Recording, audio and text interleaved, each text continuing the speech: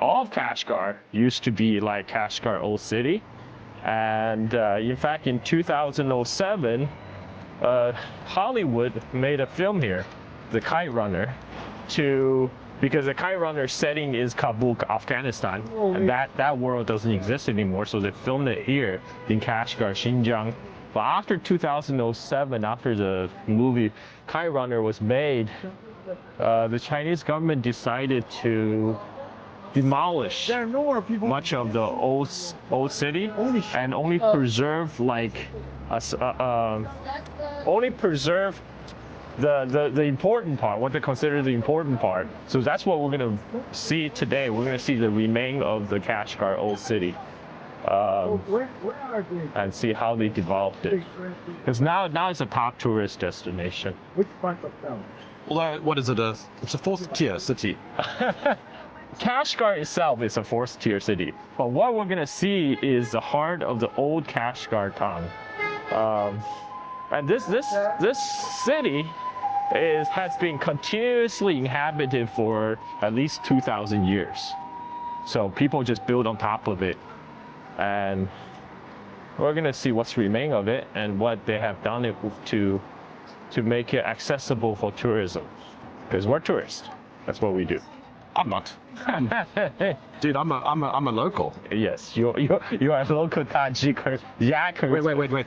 Just tell the story quick. Okay, so we went through a lot of security checkpoints, and a lot of security checkpoints in Xinjiang, they just tell you to look straight into the camera, facial recognition camera, and then they tell you to buckle your safety belt and they wave you out. Most cases. In the car. But when we get close to the border, because we went to the Tashkurgan Tajik Autonomous County, which borders Pakistan, Afghanistan, and what did I say? Pakistan, Afghanistan, Tajikistan. So there's a lot of border security. So we went through the border security. Same thing, our car would just get waved through. But our second car, which has Pepe and our Russian photographer stand on it, they always get stopped and get checked for passport. So we were puzzled for a while. Why is that the case? Until our driver has a very plausible explanation. And Sorry, so the driver said they must have mistaken you, Germ, as a local Tajik person. So that's why they just wave us through every time. So these are my people. You are among your people now. I am among my people. You are in a safe space. This is Kashgar is for me a safe space. Yes. At the Mao statue in People's Square in Kashgar, and our original plan is to make a recording right underneath the Mao statue. There's only one technical difficulty. Right now, the Mao statue is very much exposed and it's very, very hot under the sun. When I walk over here, I find that there's a big blue sign on the steps.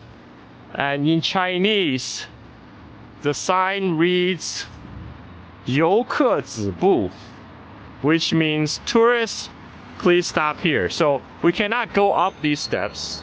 Here you go. It's one of the few remaining Mao statue in China.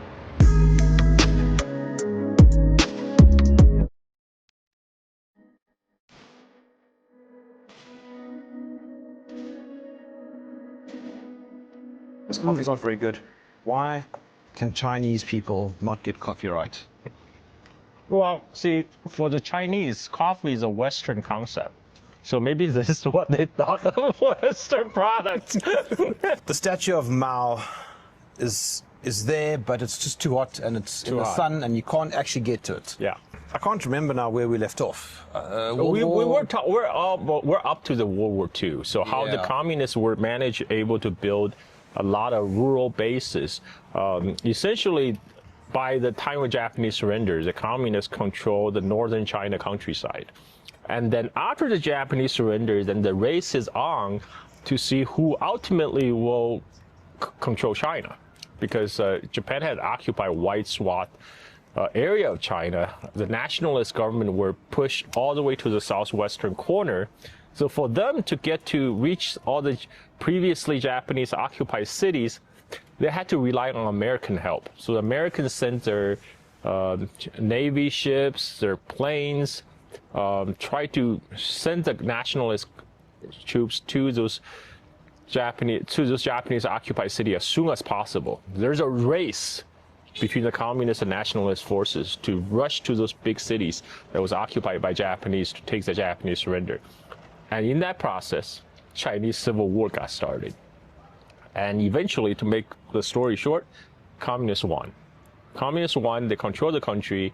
So now Mao is ruling over a country of, at this time, roughly 500 million people. About 500 million people in 1949. So exactly 76 years ago. And which is six years after this province, Xinjiang. Sorry, 6 years before. Before it became autonomous. Right. So so right. The problem, China at that time was desperately poor. It's mostly rural. 80% of the people were illiterate because the literacy was very low. And after years of devastation, of civil war, Japanese invasion, it's just a desperately poor country. So Mao decided the top priority is that China need to industrialize. And he decided to do it by following the Soviet model. China is communist, Soviet is communist.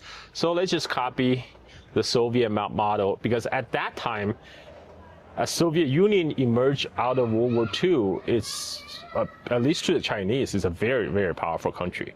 And, it's not an option to rely on U.S. anymore, because U.S. at the time was on the opposite end of the Cold War. And so, and they supported Chiang Kai-shek, who fled to Taiwan. So now the problem is how to do that, how to achieve industrialization. Now, unlike a lot of the European nations, and including America, where a lot of capital was accumulated by acquiring colonies and getting resources from elsewhere, China has no option. So the only way they can get the extra surplus to use as capital to invest in new industrialization will have to come from the countryside. Well, like as I mentioned, that time, China was primarily a rural country. So when communists tried to win the civil war against the nationalists, they had to adopt the strategy of land reform, because at the end of the Japanese surrender, everybody in China want peace. They don't want to fight a civil war. So how do you convince them? Say, hey, we gotta take the fight to the nationalist government, who's seen as legitimate government of China. So what the communists did is, okay, we will do land reform. We'll take away land from large landowners and landlords and redistribute the land to the peasants. Now, that was immensely popular strategy to mobilize popular support. Now, the interest of the poor and even middle-class farmers now are more aligned with the communists, because now they have a stake in the game. Because now if they side with the communists, they will receive land. And if the nationalists come back, they will lose all that land. So this is how the communists was able to win the civil war. Now, fast forward to 1950, the communists already won, but Mao decided, we can't just continue this path of subsistence economy for subsistence farming forever. We need to industrialize, and to do that, we need to collectivize our agriculture. This is where the big moment in history begins. Yes, so according to my grandpa, on my mother's side, who was a school principal at the time, he said the early 50s was actually pretty good. Early 50s, because the war has ended, the Japanese invasion was over, the Civil War ended, so the first few years of communist rule in the 1950s was pretty good. But then Mao decided, we're not moving fast enough. We gotta push for collectivization of agriculture. And sorry, but the term collectivization of agriculture, we need to just quickly define that. What does that mean? So, the idea was that it's basically the surplus of a whole variety of farms. So after the redistribution of land in the communist land reform, most of the peasants already received their land, but because China had a large population, 500 million people, each family received a relatively small plot of land. So Mao's idea is, well, we can't have mechanized agriculture if you only have small plot of land, right? So to make that possible, we must have all the peasants to pool their land all together into a commune. Then you can invest in machines, and you pull all your resources together. Then that's what I call collectivization. So instead of one individual farming family own this plot of land, or maybe like say 6 hectares of land. Now if you have 100 families all pull their all their land together, now you have 600 hectares of land. Then you can possibly employ machinery to do the work.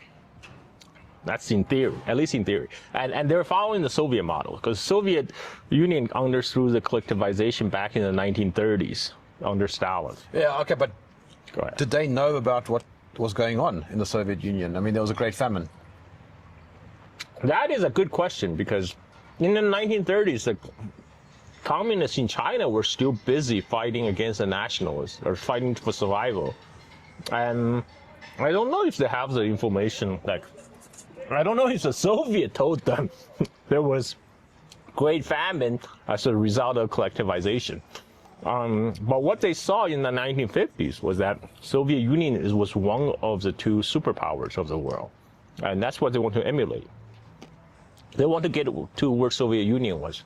In fact, in the early 50s, mid-50s, Mao put a slogan. He said, let's surpass Britain in 15 years and surpass United States in 30 years. He was talking about steel production, surpassing UK in steel production in 15 years, and then surpass American steel production in 30 years. Now, that actually did happen. Like maybe off by a year or 2, but actually that did happen eventually. But not through the Mao's method, in the early 50s. Because Mao's answer was, okay, we just adopt the Soviet model, we collectivize, we make all the farmers pool their resources together, land together to form a commune, and the land will be public ownership, right? The whole village will own this land. But the problem with that is you kind of skew the incentive. Before, you're working for yourself. You are working for yourself and feeding your own family. And now this has all become public land and everything is public ownership. Who are you really working for? The state. Yes, you're working for the state. And that's not very strong motivation for average farmers, right? I mean, when they're working for yourself, the benefit is very tangible. If you work hard, you might get more surplus grain, and you sell and you get more wealthier, right? Whereas when you're working for the state, how does that work? And on top of that, the state was actually taking, they're mandating now all these farmers produce must be sold to the state. They monopolize the market. They got rid of the free market for rice. So one thing they push for is nationalization of industry as well in the cities. So all the previously private enterprise in Shanghai, they were all asked to be nationalized. So like now everything, the individual owners were asked to sell their factory to the state. So they will have the unions running the factory, but in fact it's really having the state running. Everything becomes state-owned industries between 1955 to 1957, like a period of 32 years. And in the countryside, it's commune. All the peasants' land now got collectivized to form a commune, and you no longer have individual private land ownership. And a lot of the produce surplus from the countryside, now that was extracted by the state mandating the farmers, all the communes have to send their food to the state, sell at a fixed price. at a fixed price. So what's actually happening is the party was extracting the surplus value from the agriculture sector, and they're using that to invest in industrialization in the cities, because they had to able to build factories, to buy machines from Soviet Union, and because, like I said, China didn't have colonies, China didn't go out to grab resources, so all that capital will have to come from somewhere. It doesn't come from thin air, and a lot of that was basically reaped by collectivized agriculture and force the farmers to sell their food to the state at fixed price, and essentially the state remove all the margins and use that to invest in the cities. So this is what happened. But this whole policy got little bit out of hand. What happened is, so in China, a top leader like Mao, he will say, okay, I think this is a good idea. I think communization is a good idea. And then what happened is the next level down, the next level communist official, they will try to overshoot the target. They'll try to do like, okay, if Mao says 5% growth is good, we'll try for 6-7%, right? And then the next level, at the county level, people, okay, let's go for 8%. That would look even better. And so each level, when you go down, they try to outdo themselves. So they know Mao thinks communization, collectivization is a good idea. Then let's report to say, because we collectivized, we had a greater harvest than we did previous year. But pretty soon it became a competition between like different provinces, different counties to compete who had better harvest. And a lot of these numbers were made up. Okay, so they artificially inflated the numbers. Yes. So up here to the central government, it seems like, oh, we had bumper harvest, and everybody is saying like this is because of collectivization. Now we are able to boost the agricultural output by like, I don't know, 200%. Which is completely bogus. You can't do that without using chemical fertilizer or something. And now, because the central government received a report that there's so many grain available, so, okay, well, we need this grain so we can export to Soviet Union to buy exchange for machinery, right? Makes sense. But then that's when the problem occurs, because there's not 200% bumper harvest. It was just a regular harvest, maybe a little bit more than before, but now you have to send the extra grain to the center. And that's where the problem occurs, because when they had to send the grain to the central government, they're taking away the reserve grains from the peasants. To try and make up for that loss. Exactly. Which means that ultimately they were now digging into the sort of personal food. Yes. The personal supplies of food, which would have led to starvation. Yeah. So this is exact, and the harvest, and also it was bad weather also, combined with bad weather in the year 1958. 1959, 1960. This is the period when Mao was pushing for collectivization. It was known as Great Leap Forward.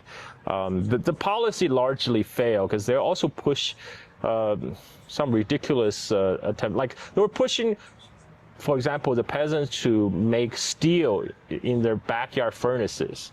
And the way how are they going to make steel? They melt down their farm tools to try to make steel. But those backyard furnaces usually not very equipped to make real steel. So in the end, you just destroy your farm tools and you still have no steel.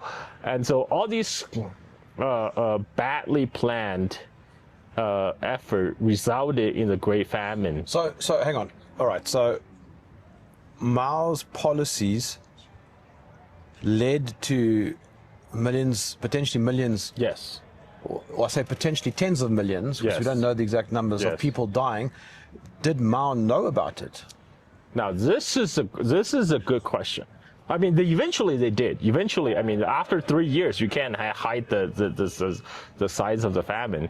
Because it's possible that in the first year he wouldn't have known. Right. So what happened was so actually this is interesting, because even as early as 1958, 1959, there were already reports from some sectors say, okay, we can't do this because there's not going to be enough food around. And so Mao convened a conference in Lushan, like a resort, mountain resort, have all the top communist officials to attend to discuss how they're going to carry out the Great Leap Forward, right? Like to discuss including any potential problems. So the defense minister of China, Peng Dehuai, at the time, he did his own research and he realized Great Leap Forward wasn't working. So he wrote his own critique, like in a report sent to Mao. But this was bad timing because this coincided with what Khrushchev was doing in Soviet Union, which is de-Stalinization.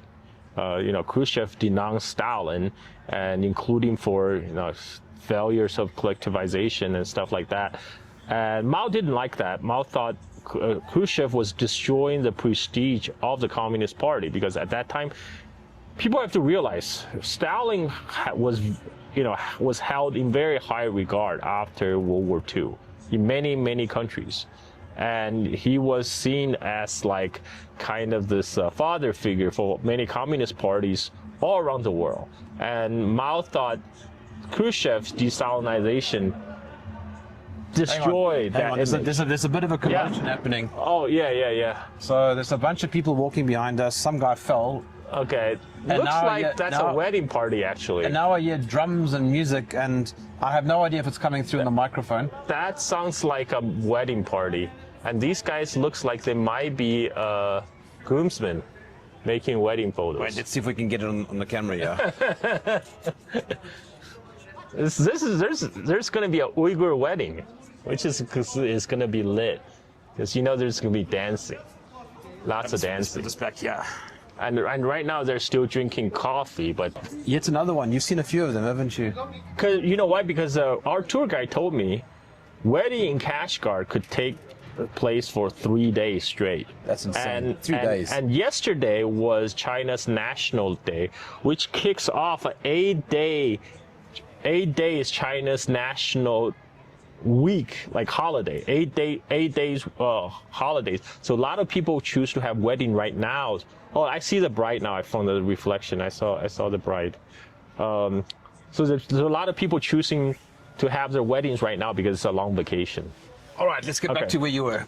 So back in the 1950s, so when the defense minister Peng Dehuai sent his critique of Mao, Mao immediately thought about what Khrushchev was doing, and he was thinking this could happen in China. His own authority could be challenged, and so he publicized Peng Dehuai's report.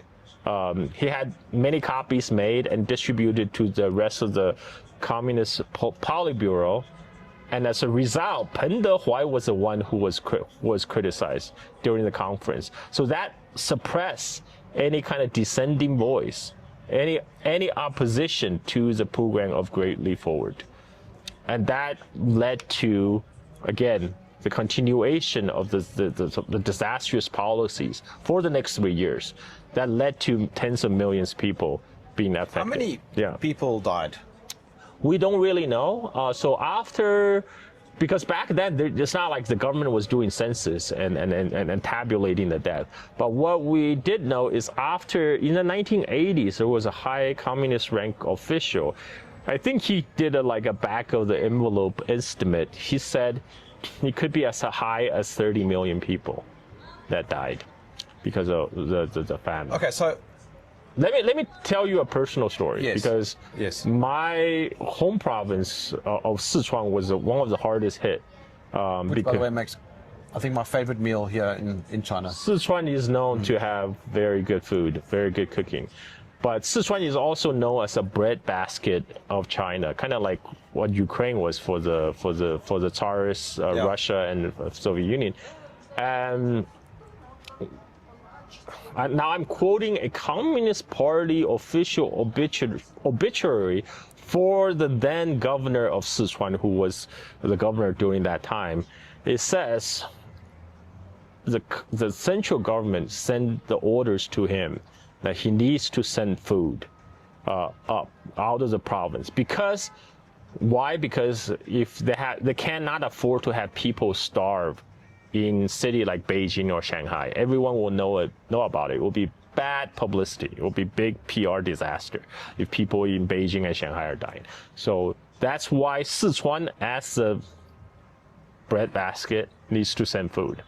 And it's also said everybody knew what the consequence that would be. Wait. You're right. Here comes the bride. My great grandma at that time, what she would do. As a result of the decree from the central government, all the surplus food from Sichuan was sent out of the province, and that led to not enough food for the farmers in Sichuan. And my great grandma at the time, she would try to conserve food. She would try to give all her portion to her only granddaughter at that time, which is my mom. Yeah. So and because of that, because of malnutrition and not enough to eat, she fell sick and died.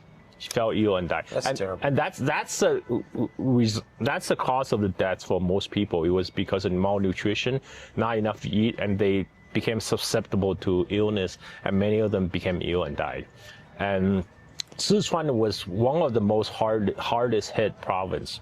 And but we still don't know the exact number, but the governor at the time was one of the most hated person in the Sichuan province, because everybody knew he carried out the policy of sending out all the reserve grains from Sichuan out of the province. But when the Cultural Revolution come around, which we'll get to later, when the Cultural Revolution come around, a mob of people took his son and beat him half to death and tossed him into a furnace while he's still alive. Gee. And because there was so much hatred for what happened before. Who was then responsible? Was it Mao? Well, I think he bears responsibility because of his vision of China, moving China towards this path to utopia, I think he had a sense of urgency because Mao felt he was not getting any younger, so he wanted to push China along this path towards a communist utopia that he imagined, which is, equality and abundance and all that. And that's why he had the slogan of surpassing UK in 15 years and US in 30 years in steel production. But I think he's not an economics expert, and in this instance, he committed a grave error, and he committed even a bigger error when he suppressed any dissent to his policy, when he had his defense minister arrested for voicing opposition, and that kind of effectively silenced any other channel of dissent, because they saw what happened to the defense minister that was arrested because his opposition, so nobody dared to speak up.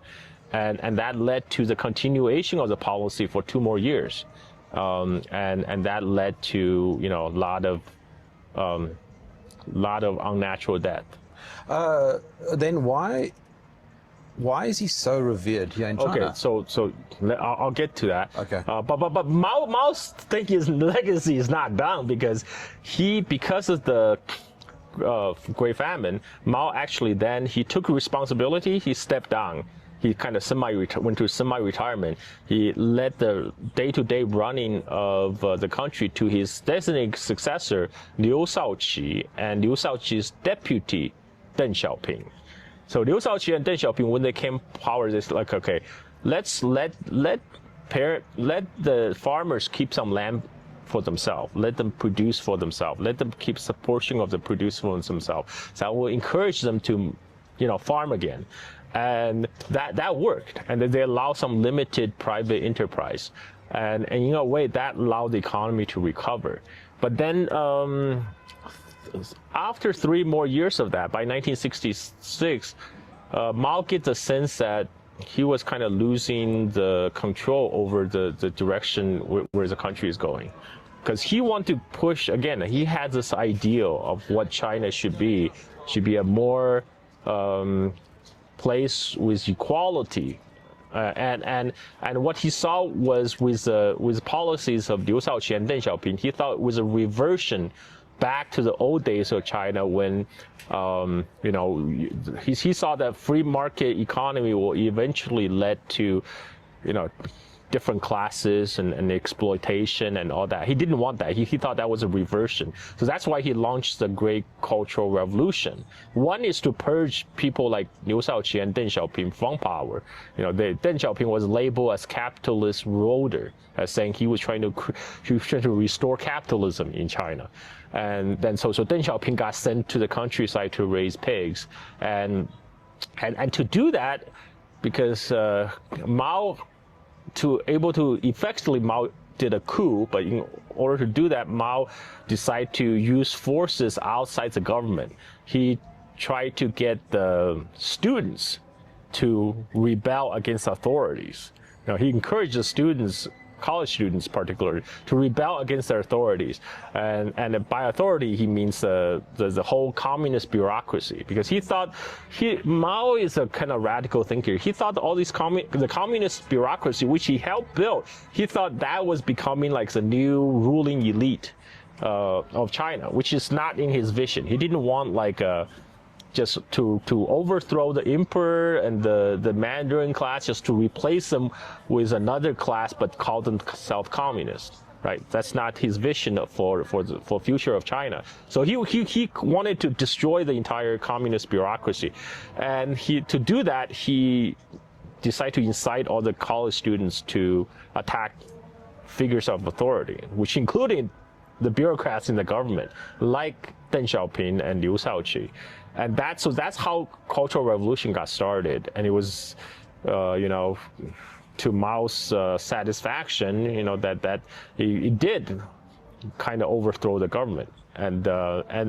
But this is when a lot of other scores were settled. For example, I was telling you about the former governor of Sichuan who carried out the policies of sending grains out of Sichuan, right? That caused the famine, and some people now during Cultural Revolution took this opportunity to attack him and his family, and then including killing his son in the process. And I remember I had a conversation with my mom, because my mom. So, obviously my mom does not like Cultural Revolution. But then he said something interesting. She said, if it wasn't for the Cultural Revolution, those communist officials would have never known what is it like to be at the end of struggle session, like what they did to others in 1956 when they did the anti-rightist campaign. There were other political campaigns before that. My grandpa was labeled as a rightist in the 1956 anti-rightist campaign, and my grandpa got sent to the labor camp. So my mom says, if it wasn't for the Cultural Revolution in 1956, those communist officials, would not have got a taste of their own medicine. What they did to. So that was a positive. This is like looking at the brighter side of things, like Monty Python when the Brian was nailed on the cross and they were singing, "Look on the bright side of life." That's when you set the bar quite low. Yes. Okay. Any questions? Okay, so let me ask again. Yeah. Why then is Mao revered? Right. But, I know that it's controversial, but I've seen a lot of his pictures. Yeah. So there's a famous communist official. I can't remember his name right now. And this is how he talked about Mao. He said if Mao had died in 1949, right after he established the People's Republic of China, he would die a saint. Like he's kind of like a Nelson Mandela figure, but except like even more, right? And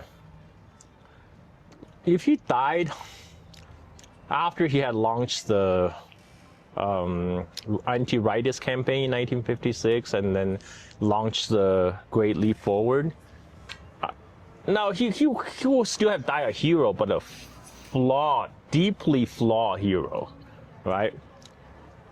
If he died before 1966, before he launched Cultural Revolution, he would,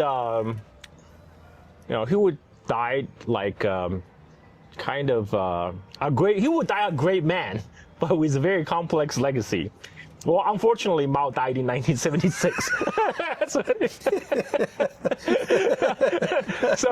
so I mean, at the time after Mao's death, there's actually a growing voice within the Communist Party of China to denounce Mao, like the way Khrushchev denounced Stalin, right? But Deng Xiaoping actually put a stop to that. He said, whoa, let's not get carried away, because Mao was so tied, his legacy is so closely intertwined with the Communist Party of China. If we denounce Mao, we're denouncing the party, so let's do this. Let's just say Mao made some mistakes, and he's 70% good and 30% bad. So that is the official line of the Communist Party. Mao is 70%, he done 70% good, 30% bad. I don't think those figures are exact, but it's a metaphorical speaking. But I mean, but let me get. I'm trying to address your question. So why is Mao revered? So today, the memory of famine and cultural revolution now is kind of fading memory, because those are memories carried on by my parents' generation. They lived through it. For them, it's still very vivid. Like my mom really hated it, right? So, but me, I'm born after cultural revolution. I'm born after Mao's death.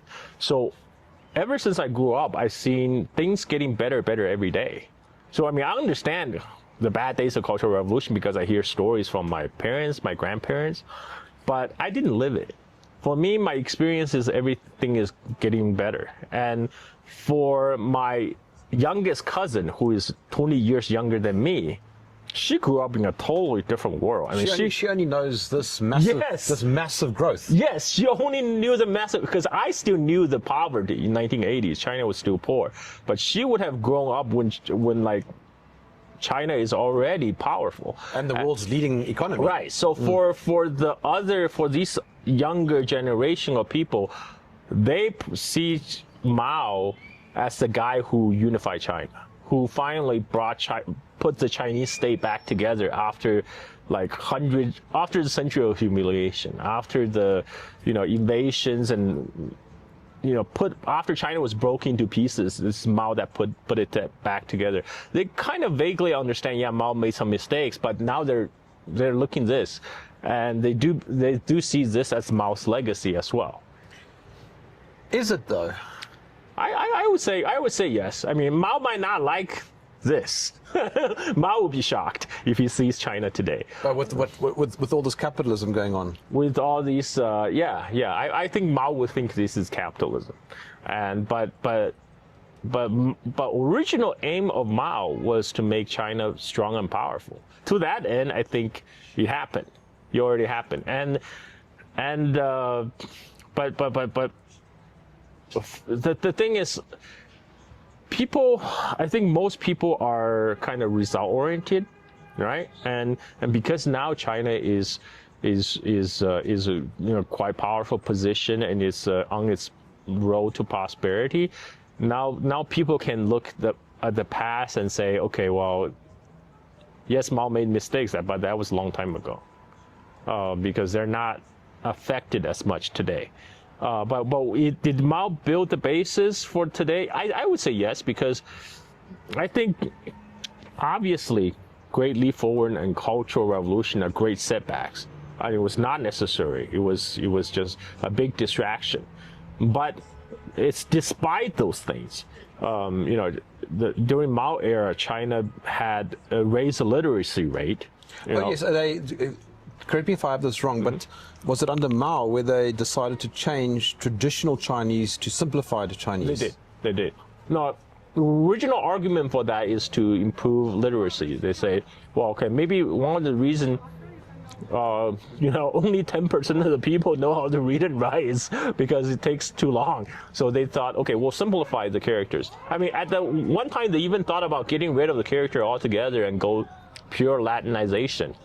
I'm kind of glad that didn't happen, but But I mean, can you understand traditional Chinese? Yeah, I can, because I read it. I think more difficult the other way I around. mean, I've asked a few people here, and they can't read traditional Chinese. Really? Okay, I could. So, for example, I'm trying to look around to see if there's example of traditional characters. So Jiang, the character for Xinjiang right here. Let me Jiang, turn the camera. Hold on. right. Let's see if we can zoom in there. Right, Xinjiang. So the Jiang is written in traditional character. Okay. That's not a simplified character. Yeah, they just did that for decoration. Yeah,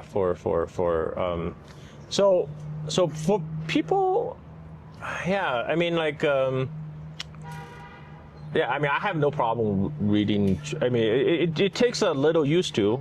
But the point is that the simplified Chinese potentially accelerated. Well, I don't know about that because Taiwan right now also has a pretty high literacy rate, but they never made the switch. Taiwan and Hong Kong both have pretty high literacy rate, and they still keep the traditional form. But the intention, yes, the intention was to promote literacy, to simplify the Chinese characters. Not to propagandize the population necessarily. I mean, education, right? So there's some argument education is propaganda. So. But we also know that China's not very good at propaganda. No, I don't think China is very good at propaganda. But what they did do is they improved literacy rate. So by the time Mao died, China already have very high literacy rate. Another thing is that they reduced infant mortality. So back in 1949, the life expectancy of a Chinese person at birth is 40 years old. Now, okay, that doesn't mean that everyone was average 40 years old. It actually means there's a high infant mortality rate. When you average together, it looks like the life expectancy is 40. So what Mao did was he promoted the so-called barefoot doctors who had basic medical training, but he will send them to countryside to provide medical services to the farmers. Now countryside is where most of the people live, and that fact alone actually drastically reduced the infant mortality rate in China. That made the life expectancy to go up. So today, Chinese life expectancy today actually surpassed that of the United States. Gee. Yeah, but so there are some basis.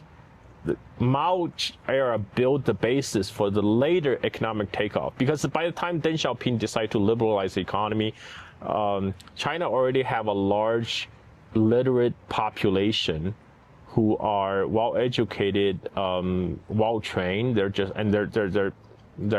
very cheap, cheap labor.